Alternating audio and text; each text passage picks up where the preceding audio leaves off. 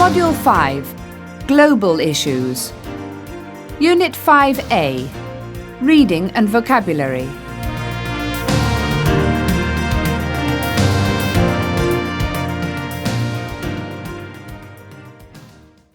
Exercise 1, page 74.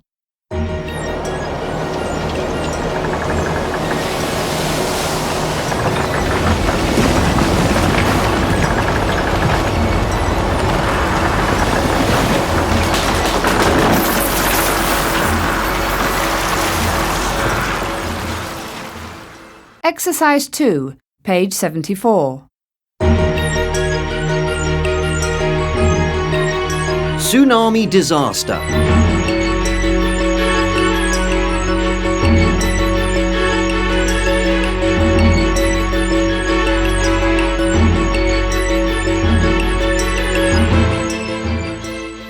A ship carrying 350 tons of rice, water, tinned fish and other supplies arrived at Nias, Indonesia today, and we have already started distributing food to the people.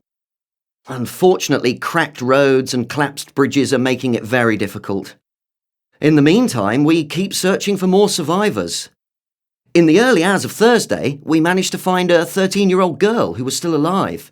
She had been buried underneath a 5-story building for 52 hours. Jason. I was lying on the beach sunbathing when I suddenly noticed huge waves. Before I knew it, the water had reached me. I started to run, but I couldn't, because the water was up to my knees. People around me were screaming. A few seconds later, I was under the water. Pieces of wood were hitting me. Luckily, a man who was on a palm tree pulled me out of the water onto the tree. After a few hours, we were rescued by some local men and taken to the hospital. Bill. At the hotel, my colleagues and I were helping injured people. We gave them emergency first aid before they were taken to hospital. Some of the injuries we had to treat were quite horrific. The streets outside were littered with fallen palm trees and huge pieces of wood and metal. Sue. An earthquake that occurred at 7:59 local time under the Indian Ocean generated the biggest tsunami the world has seen in the last 40 years. The massive waves have killed over 10,000 people in southern Asia. Thousands have lost their homes. This must be one of the worst natural disasters in recent history. Alex. Unit 5B, Listening and Speaking. Exercise 3, page 76.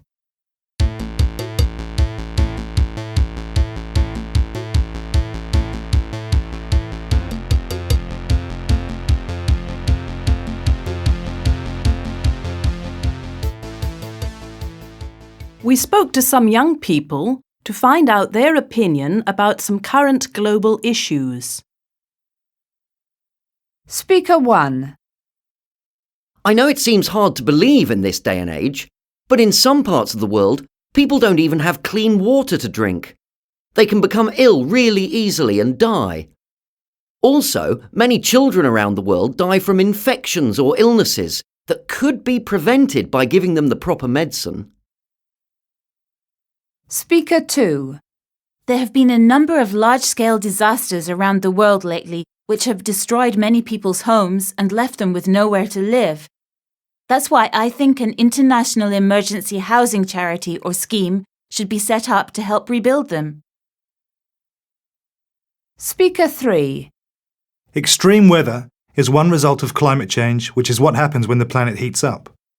We all need to do our bit to help cool the planet down and stop the Earth's temperature from rising anymore. Speaker 4. I have a part-time job because I choose to work to earn some extra money.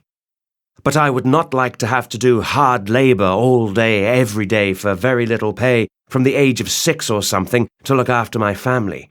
That's just not fair. Speaker 5. It's terrible. One by one, all the animals will die out until there are only humans left. There may be animals we haven't even discovered yet, and we never will because they have been wiped out by mankind. Speaker 6. National and international conflict and warfare has caused more death and destruction than anything else in the history of the world. We should all learn to live in peace and stop starting wars over political or religious differences. Why can't people just agree to disagree? Exercise 5A, page 77.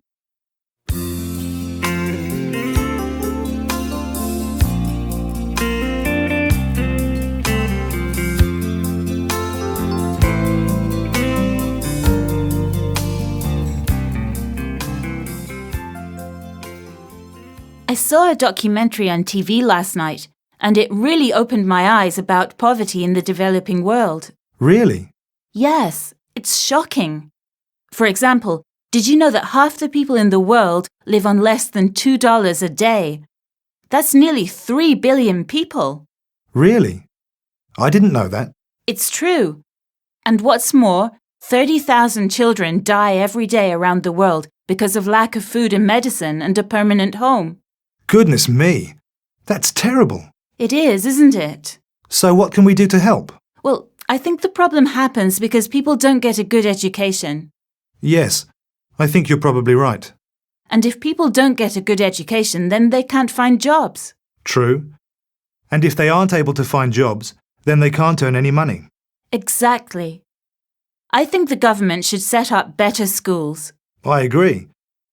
They could also have a system which trains people for jobs. Yes, both solutions would certainly help the situation.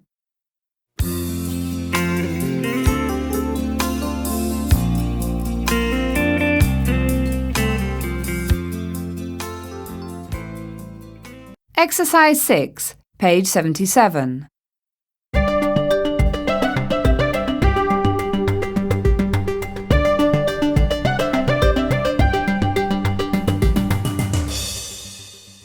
One. We shouldn't cut down forests. I suppose you're right. 2. We need to recycle more. Absolutely. You are right. 3. You mustn't take pictures in here. I had no idea. Exercise 7, page 77.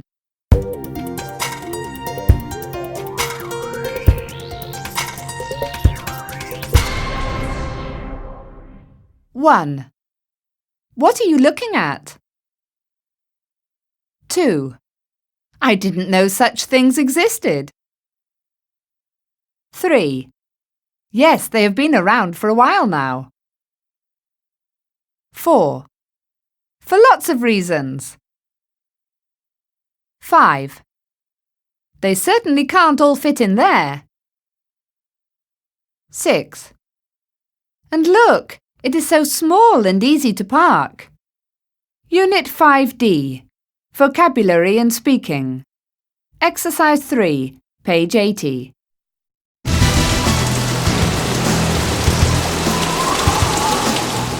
Red sky at night, shepherd's delight. Red sky in the morning, shepherd's warning.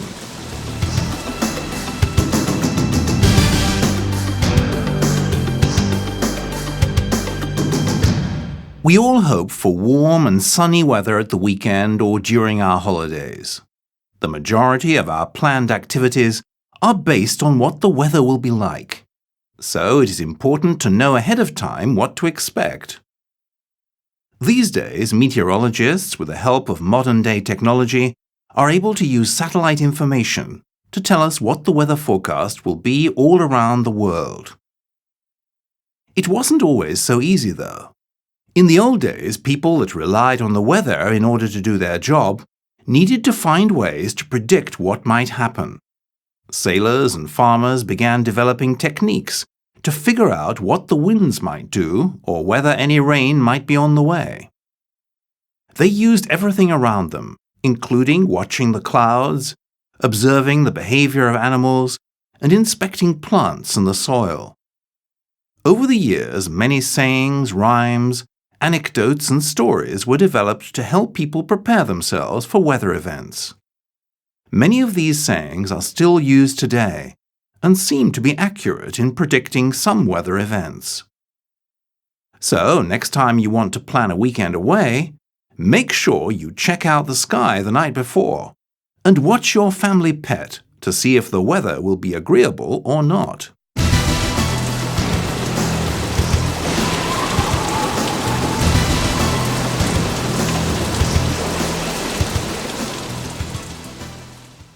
Exercise 4, page 80.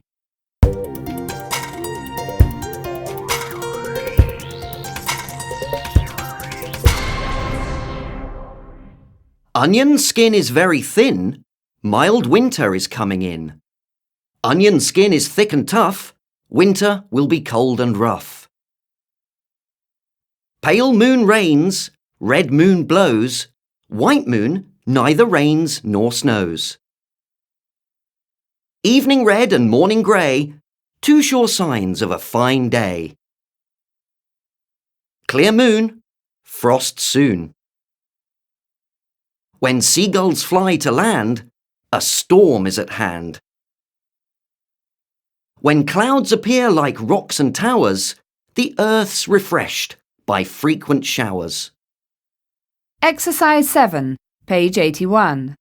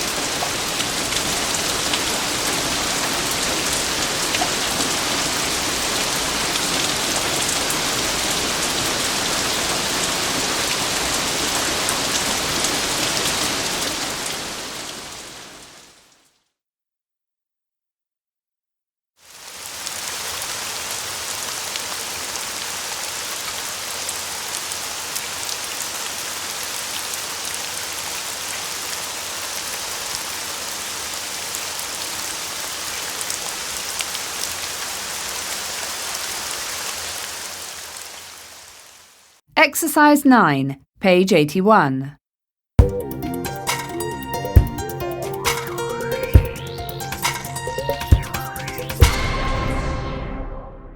One. We're in for frost tonight. Oh dear, I'd better cover the tomato plants. 2. There's going to be a shower by the looks of it. Right. I will bring my umbrella then. 3. Bit nippy today, isn't it? It is. You need to wear a warm coat. 4. What strange weather we are having. I know. It is unusually warm today. 5. I think it will clear up later. I hope so. We have plans to go to the park. 6. I heard that heavy rains are on the way. That's good. It's been a very hot, dry summer. 7. They're expecting snow in the north. Great! That means we can go skiing soon. Unit 5E, Writing Skills. Exercise 1, page 82.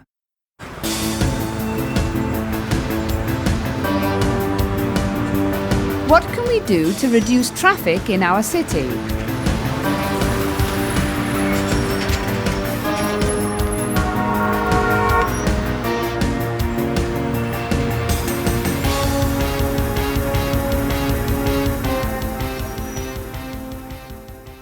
Heavy traffic is one of the most serious problems that our cities have to deal with nowadays.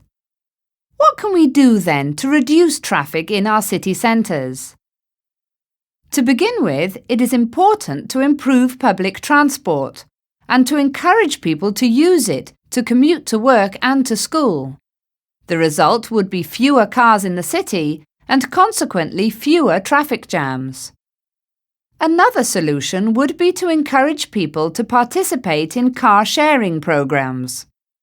This means several employees would share one car to work instead of each coming in their own car. Again, this would reduce the number of cars on the streets. Finally, it would be a good idea to create more cycling lanes. If this was done, people would be encouraged to cycle instead of taking their car. To sum up, there are many ways to reduce traffic in the city. Applying just some of these ideas would result in a lot less traffic in our cities.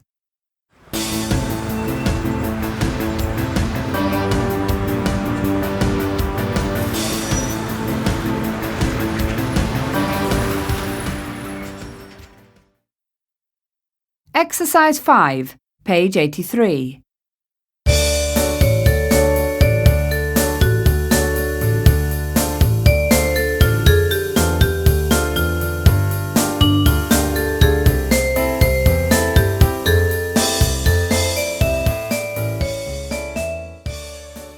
Hi, Janie. Why are you looking so glum? Oh, I don't know. It's just that it seems that everywhere I look nowadays, all I see is litter, litter, and more litter. If it isn't litter in the park and on the streets, then it's tins, bottles, and old newspapers spilling out of rubbish bins. It drives me mad. Yes, I know. I've noticed it too. What really makes me angry is that it would be so easy to fix the problem. What do you mean? Well, just think about it for a second. Let's say a bunch of people in our neighbourhood got together and told the council that we wanted a recycling scheme set up. If there were enough of us, it would have to listen. And if we had a recycling scheme, then household rubbish would be put to good use and the amount of rubbish generally would be greatly reduced. Wow! You know, I've never thought about that, Sally. And not only that, people who litter should be fined. When people know that they will have to pay if they do something bad, they stop doing it. You know, that's true. Sometimes you have some really good ideas that really surprise.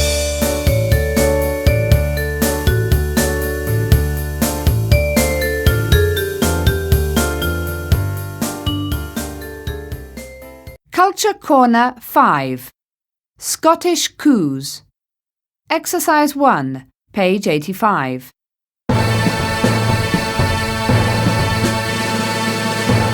Pet the coo.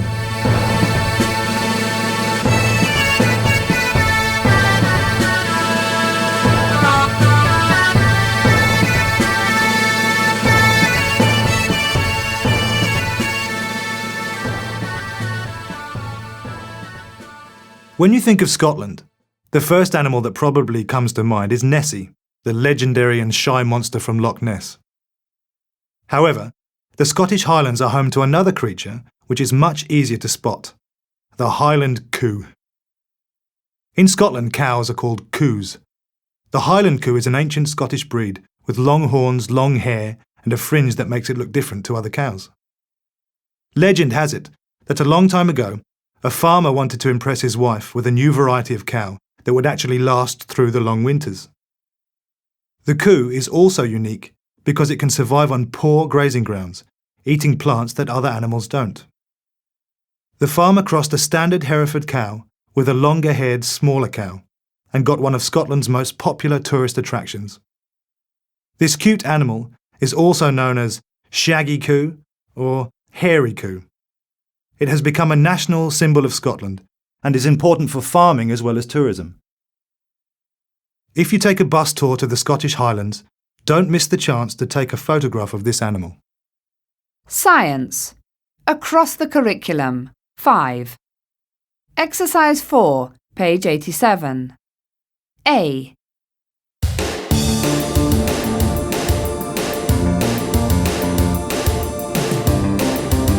Tornadoes. anytime, any place.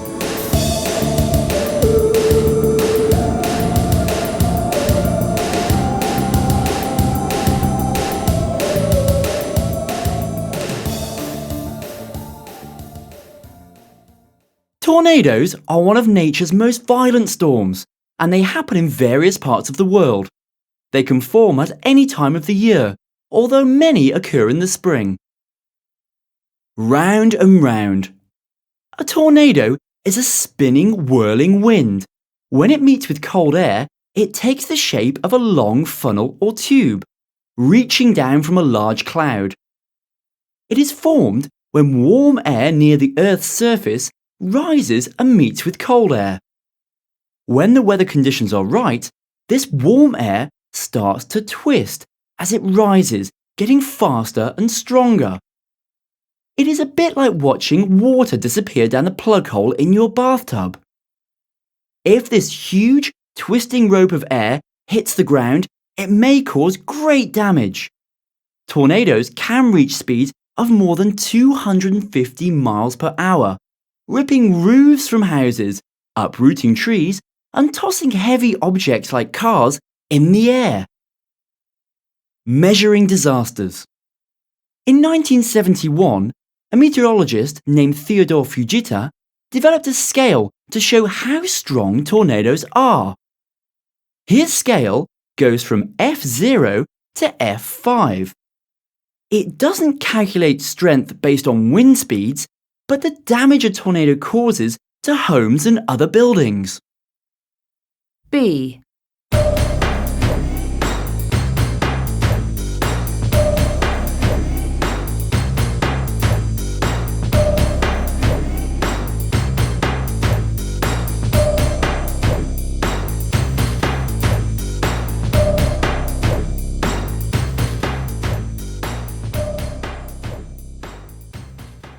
Hail. Different sizes. Hailstones are lumps of ice. They can be as small as peas or as big as cricket balls. In Kansas, USA, a hailstone fell that was 44.5 centimeters across. Getting ready to drop. Hail is formed when raindrops start to fall. Before they reach the ground, they are blown up into the clouds again by strong winds.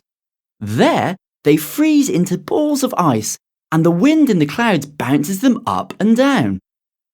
As the frozen raindrops rise and fall like this, they get even more thickly covered in ice from the water inside the clouds. Eventually, they get so heavy that they fall to the ground as hail. Easy to hear. When big hailstones fall, they make quite a noise hitting roofs and pavements. Cars and buildings are damaged, and plants and crops are destroyed. Driving during a hailstorm is also very dangerous as the roads become slippery. Exercise 5, page 87.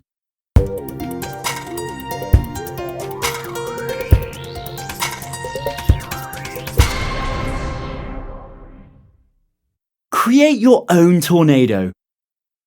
A. Half fill a plastic bottle with water. B. Add tiny pieces of paper. C. Cover the top of the bottle with a piece of sticky tape.